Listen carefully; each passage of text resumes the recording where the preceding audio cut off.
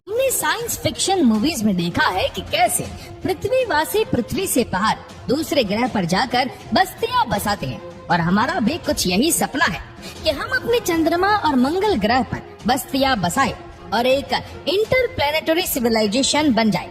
लेकिन दूसरे ग्रहों या चंद्रमा पर बस्तियां बसाना अब सपना या साइंस फिक्शनल नहीं रह गया है, बल्कि अब यह हकीकत होने वाला है। नासा के आर्टेमिस प्रोग्राम से इस नए दौर की शुरुआत होगी। साल 1968 से 1972 तक अमेरिका ने इंसानों को चांद पर उतारने के लिए कुल 9 मिशन किए, जिनमें से 6 मिशन सफल रहे, और इन मिशन के दौरान नील आर्मस्ट्रांग सहित कुल 12 लोगों ने चांद की धरती को छुआ। और चांद पर आखिरी मिशन था अपोलो 17, जिसको साल 1972 में अंजाम दिया गया था। लेकिन उसके बाद से किसी भी देश ने चांद पर मानव मिशन करने की कोशिश नहीं की, और आज 50 साल का समय हो चुका है चांद पर आखिरी मानव मिशन को किए हुए।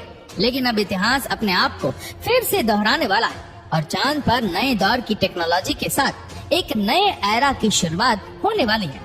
चांद पर किए जाने वाले आर्टेमिस प्रोग्राम का मकसद है साल 2024 तक पहले वुमन और अगले मैन को चांद की धरती पर उतारना, और चांद पर रिसर्च करने के लिए वहां पर साल 2028 तक आर्टेमिस बेस बनाना। वैज्ञानिकों ने चांद पर आर्टेमिस बेस बनाने के लिए चांद पर एक बहुत बड़े गड्ढे स्केलेटन क्रिएटर को चुना है, जो कि 12 मील चौड़ा और 2 मील गहरा है।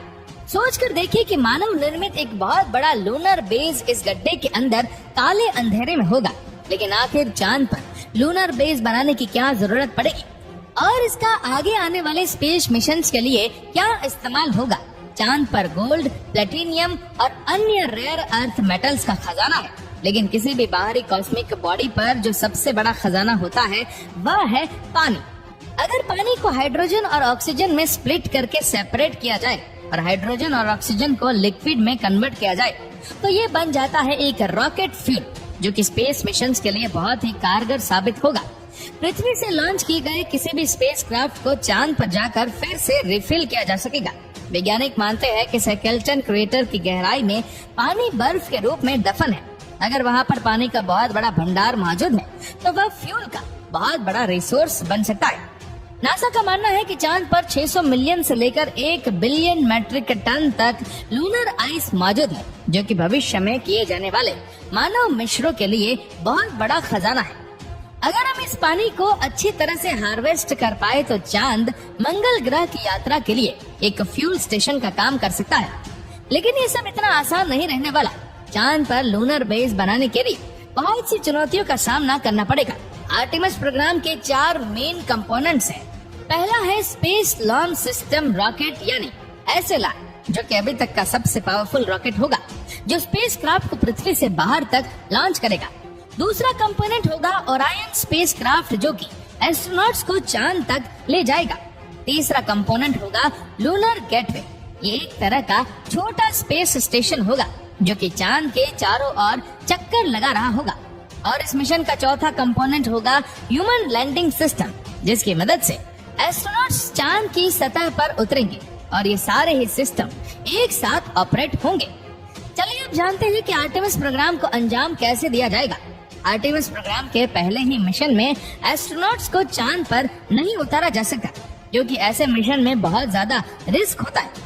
किसी भी मानव मिशन को अंजाम देने से पहले ये सुनिश्चित करना जरूरी होता है कि चांद पर भेजने और वहाँ से वापस लौटने में जिस टेक्नोलॉजी का उपयोग हो रहा है, वह टेक्नोलॉजी ठीक से काम कर भी रही है या नहीं। इसीलिए वैज्ञानिक अनमैन्ड मिशन करते हैं। जब उनमें सफलता मिल जाती है, तब जाकर इंसानों को भेजने का रिस्क लिया जाता है, और उनमें उन्हीं रॉकेट और टेक्नोलॉजी का इस्तेमाल किया जाता है जो अनमैन्ड मिशन को अंजाम दे चुके होते हैं। ऐसा ही वैज्ञानिकों ने चांद पर इंसानों को उतारने के लिए अपोलो प्रोग्राम में किया था। अपोलो 4, 5 और 6 इन 3 अनमैन्ड मिशन को सबसे पहले अंजाम दिया गया था। उसके बाद अपोलो 7, 8, 9 और 10 मिशंस को अंजाम दिया गया, जिसमें एस्ट्रोनॉट्स तो थे, लेकिन उनमें चांद पर उतरने के लिए लैंडर मौजूद नहीं था। मतलब इन मिशंस में एस्ट्रोनॉट्स को चांद पर उतरने के लिए नहीं भेजा था, बल्कि उन्हें केवल सभी सिस्टम को टेस्ट करने के लिए भेजा गया था। अपोलो 7, 8, 9 और 10 मिशंस में एस्ट्रोनॉट्स चांद पर गए तो थे, लेकिन वह चांद के ऑर्बिट में घूमकर फिर से वापस आ गए। जब वैज्ञानिकों ने यह सुनिश्चित कर लिया कि अब वह इंसानों को चांद पर उतारने में सक्षम है, तब जाकर अपोलो 11 को लॉन्च किया गया और इंसानों को चांद की धरती पर पहली बार उतारा गया।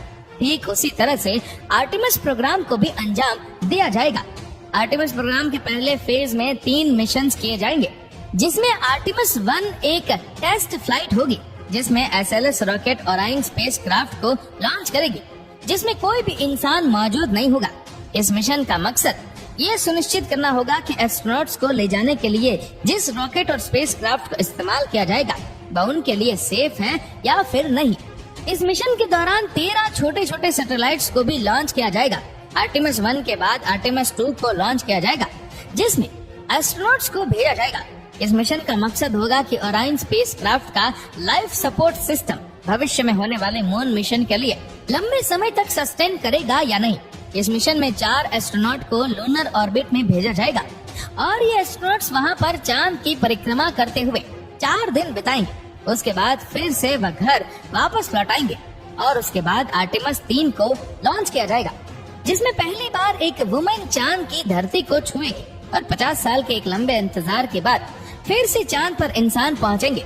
आर्टेमिस 3 को 2024 में लॉन्च किया जाना है। स्पेस लॉन्च सिस्टम यानी SLS को साल 2011 से ही डेवलप किया जा रहा है। जब नासा ने पहली बार आर्टेमिस प्रोग्राम को अनाउंस किया था, ये अभी तक का सबसे पावरफुल रॉकेट है और ये दुनिया का सबसे सुपर हैवी लिफ्ट व्हीकल है। ये इतना पावरफुल है कि एक 32 मंजिला इमारत को भी उछाल कर फेंक दे। SLS का काम होगा ओराइन स्पेसक्राफ्ट को पृथ्वी के ऑर्बिट में ले जाना। पृथ्वी के ऑर्बिट में पहुंचने के बाद काम शुरू होगा ओराइन स्पेसक्राफ्ट का। ओराइन स्पेसक्राफ्ट को 3 पार्ट से मिलकर बनाया गया है, जिसमें से पहला है क्रू मॉड्यूल, जिसमें 6 एस्ट्रोनॉट्स रहकर काम कर सकते हैं और डीप स्पेस ट्रेवल कर सकते हैं। लेकिन आर्टेमिस 3 मिशन में केवल 4 एस्ट्रोनॉट्स ही चांद पर जाएंगे। इसका दूसरा पार्ट है सर्विस मॉड्यूल, जिसमें एस्ट्रोनॉट्स का लाइफ सपोर्ट सिस्टम मौजूद है। सर्विस मॉड्यूल का ही काम होगा कि क्रू मॉड्यूल में पर्याप्त प्रेशर और ऑक्सीजन बनाए रखना। साथ ही सर्विस मॉड्यूल में एक इंजन भी है, जिसको डीप स्पेस में ऑपरेट किया जाना है। और ओराइन का तीसरा पार्ट है अबॉर्ट सिस्टम। इसका उपयोग एस्ट्रोनॉट की सेफ्टी के लिए है। अगर बाय चांस लॉन्च से लेकर पृथ्वी के ऑर्बिट में प्रवेश करने तक मिशन में कोई गड़बड़ी होती है, तो एस्ट्रोनॉट इस अबॉर्ट सिस्टम की मदद से अपनी जान बचा पाएंगे। पृथ्वी के ऑर्बिट में एक बार ओराइन के पहुंचने के बाद लोड कम करने के लिए अबॉर्ट सिस्टम को हटा दिया जाएगा, क्योंकि अब ओराइन खुद ही सेफली अबॉर्ट कर सकता है। रॉकेट से अलग होने के बाद ओराइन स्पेसक्राफ्ट चांद की ओर गोले की रफ्तार से भी तेज गति से बढ़ेगा। आर्टेमिस प्रोग्राम को नासा अकेले अंजाम नहीं देने वाला, बल्कि इस मिशन में कुछ अंतर्राष्ट्रीय और प्राइवेट कंपनी भी सहयोगी होंगी। ओराइन स्पेसक्राफ्ट चांद तक तो पहुंच जाएगा, लेकिन ओराइन अपने साथ चांद पर उतरने के लिए लैंडर को नहीं लेकर जाएगा। इसीलिए स्पेसएक्स इस मिशन के पहले ही चांद के ऑर्बिट में ह्यूमन लैंडिंग सिस्टम को प्लेस कर देगा और जब ओराइन स्पेसक्राफ्ट चांद के ऑर्बिट में पहुंच जाएगा, तब वहां पर पहले से मौजूद ह्यूमन लैंडिंग सिस्टम के साथ ड्रॉप करेगा। उसके बाद 2 एस्ट्रोनॉट्स ओराइन स्पेसक्राफ्ट में रहेंगे और 2 एस्ट्रोनॉट्स लैंडिंग सिस्टम में चले जाएंगे और दोनों एस्ट्रोनॉट्स लैंडिंग सिस्टम की मदद से चांद की धरती पर उतरेंगे। तब तक ओराइन स्पेसक्राफ्ट चांद के चक्कर लगाता रहेगा। एस्ट्रोनॉट 1 हफ्ते तक चांद की सतह पर रहकर रिसर्च करते रहेंगे। उसके बाद वह वापस ओराइन पर पहुंच जाएंगे और ओराइन का इस्तेमाल करके वह वापस पृथ्वी पर आ जाएंगे। लेकिन आर्टेमिस प्रोग्राम यही खत्म नहीं होगा, बल्कि ये तो एक नए एरा की शुरुआत होगी। दरअसल भविष्य में चांद पर इंसानी बेस बनाने के लिए सबसे पहले चांद के ऑर्बिट में एक छोटा सा स्पेस स्टेशन बनाया जाएगा, जो चांद के ऑर्बिट में घूमता रहेगा। ये बिल्कुल वैसा ही होगा जैसे पृथ्वी के ऑर्बिट में इंटरनेशनल स्पेस स्टेशन घूम रहा है, लेकिन चांद के ऑर्बिट में बनाया गया स्पेस स्टेशन ISS की तुलना में बहुत छोटा होगा। चांद के ऑर्बिट में बनाए जाने वाला स्पेस स्टेशन का नाम होगा गेटवे। आने वाले मिशंस में पृथ्वी से आने वाली स्पेसक्राफ्ट गेटवे में डॉक करेंगे और एस्ट्रोनॉट्स यहाँ पर कुछ दिन रुककर अपनी रिसर्च भी करेंगे। और इस गेटवे में पहले से ही लैंडिंग सिस्टम मौजूद होगा, जिसका इस्तेमाल करके वह चांद की सतह पर उतरेंगे और इसी के द्वारा वह वापस गेटवे पर लौट आएंगे। इस गेटवे की मदद से साल 2028 तक चांद पर एक लूनर बेस बनाया जा चुका होगा और भविष्य में मंगल ग्रह पर उड़ान भरने के लिए चांद के इसी लूनर बेस का अहम योगदान रहेगा।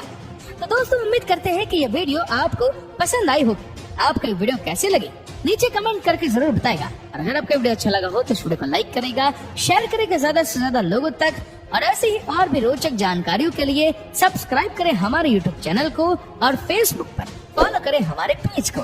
धन्यवाद।